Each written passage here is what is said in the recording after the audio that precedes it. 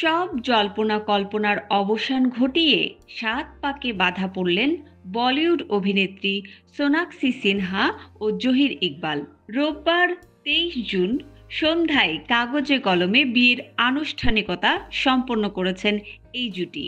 ইতোমধ্যে জহির সোনাক্ষীর বিয়ের অনুষ্ঠানের নানা ভিডিও সামাজিক যোগাযোগ মাধ্যমে ভাইরাল হয়েছে।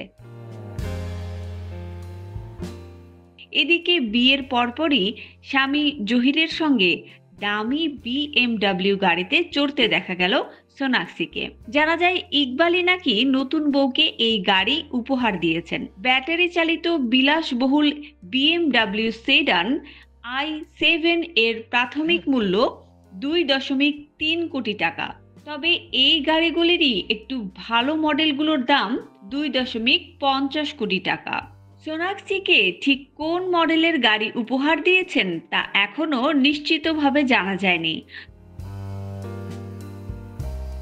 তবে এই গাড়িটি পুরোপুরি ব্যাটারি চালিত বলে জানা গেছে। সামাজিক যোগাযোগ মাধ্যমে ভাইরাল হওয়া ভিডিওতে সোনাক্ষী জহিরকে নতুন সাদা রঙের মডেলের একটি গাড়িতে দেখা যায়।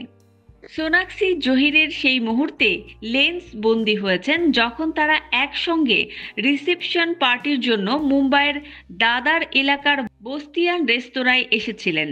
উল্লেখ্য, বেশ কয়েক বছর ধরেই প্রেম সম্পর্ক বিয়ে নিয়ে খুব একটা মুখ খুলতে দেখা যায়নি সোনাক্ষী সিনহাকে। যখনই এইসব প্রশ্ন উঠেছে তখনই পুরো বিষয়টা এড়িয়ে গিয়েছেন তিনি। তবে বলিউডের হাওয়ায় উড়ছিলেন সোনাক্ষী ও জহির ইকবালের প্রেমের খবর। সম্প্রতি সালমান খানের পার্টিতেও একসঙ্গে হাজির হয়েছিলেন সোনাক্ষী ও জাহির।